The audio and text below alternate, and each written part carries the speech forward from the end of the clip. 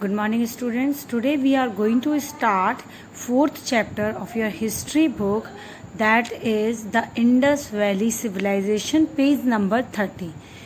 So students, in this chapter we will learn about birth of ancient civilizations, the Indus Valley Civilization and its main features, important sites and discoveries relating to the Indus Valley Civilization.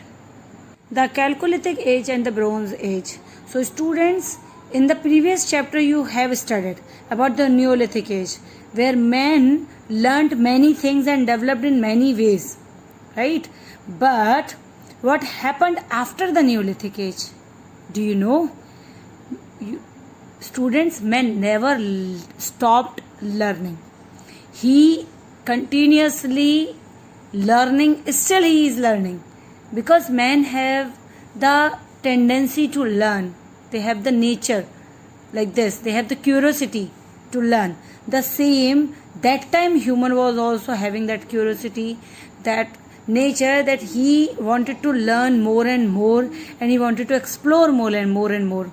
So because of that exploring nature, he went on to learn new things and reached yet another stage of development, which is called Chalcolithic Age. Do you know what is the meaning of Chalcolithic, students? The word Chalcolithic actually comes from Greek word chalos, meaning copper, and the another word which is lithos, which you already know. In previous chapter also we have done stone. So it means copper stone age, it is called. During the Chalcolithic Age, apart from making stones, tools and implements, men also started using copper, as it is clear by the name of the age, that he started using tools of copper, right? Till this time he did not know about the use of metal, but in this Chalcolithic Age, copper was the first metal, students, which men started using for making tools and implements.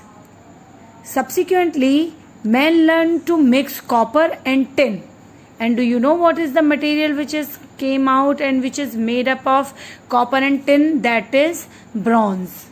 Okay, students. So the bronze was made. Birth of civilization. Students, in this chapter we are going to learn the Indus Valley Civilization, but besides these there are many civilizations which developed in different parts of country, or you can say in different parts of earth as well. The first one, which is Mesopotamian civilization, came up near the river Euphrates and Tigris. Okay, students. The next one, which is known by Egyptian civilization, which is developed near the river Nile. Next, Indus Valley civilization came up near the river Indus. And one more is there, which is the Chinese civilization, which grew near the river Huanghe. So in this chapter we are going to learn about Indus Valley civilization out of these all. Students, now we will talk about discovery of the Indus Valley civilization. Do you know, students, how these civilizations are discovered, or how any civilization or anything which is in the past that discovered? You know, I think, because we have already discussed that people who dig up the places are archaeologists, and archaeologists dig up the places and find out the old things or the things which belongs to the past, right? The same Indus Valley civilization existed many thousands of years ago, which is situated near river Indus. That's why it is also known by the name Indus Valley civilization, because it was near the Indus River. Okay, it came into being around 2700 BC and ended around the period 1900 BC. Okay, students, its cities and buildings get buried under many layers of earth. Under, when it was found out when the place was dug up. The story of discovery began at the site called Harappa. Now I am going to tell you what happened, students. First, during the 1820s, a British traveler was there whose name was Charles Mason. He came across the ruins of an old building of Harappa. He described it in his book, which he wrote. At that time, nobody knew about the ruins were part of a vast ancient human civilization, because that was a small part which he talked about. But you never know what is under the ground. Then next, what happened in 1856, when British engineers were building a railway line close to Harappa, they used up some of the bricks from its ruin. Okay, they did not know that these ruins were important and needed to be preserved, because it happens with all who did not know or who does not know about the facts or about the things which belongs to past, that how important that thing can be. So you can use it just like that. Even some of you have seen old coins, but did you really preserve that? Why? Because it is not important for you, as it is not your subject, and you do not know about these things. The same happened with those people. They used those bricks while these bricks were very important, and they used those bricks while making the railway track only. Then next, what happened, students? Some years after that, an archaeologist called Sir Alexander Cunningham found some seals at Harappa. Do you know, students, seals, which we talked about earlier? A kind of plate which is having some symbols and signs, and which used to belong to any civilization. It was the sign of that civilization. People used to have that. Then during the 1920s, fresh excavations began at Harappa by an archaeologist whose name was Rai Bahadur Dayaram Sahni.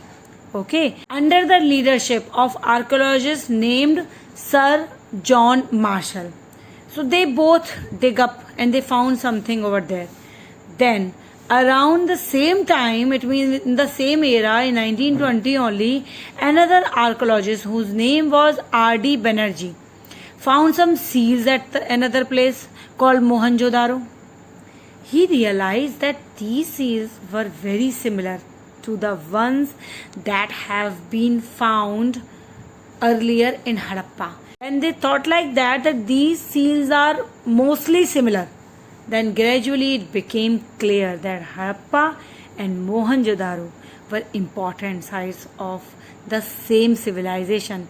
It means the civilization is as much big that it is spread or stretched from Harappa to Mohenjo-daro or many more places. Slowly, other archaeologists became interested in Marshall and Banerjee's discoveries. More and more sites were discovered which had many similarities with Harappa and Mohenjo-daro.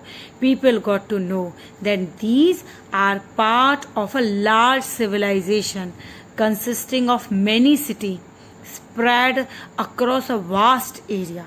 Okay, student, so it was also one of the oldest civilization of the world, and you can say one of the largest civilization also it is called.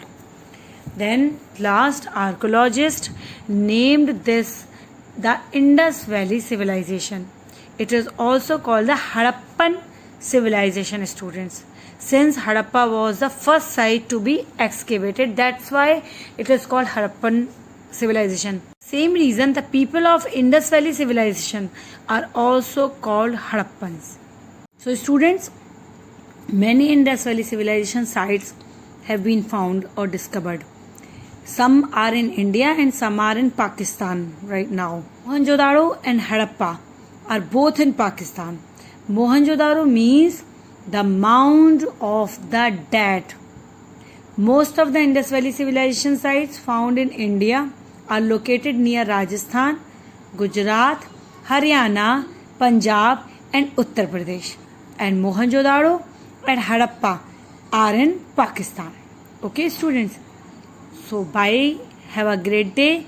I hope you all are fine. Rest of the chapter I will explain in my next class. Have a great time.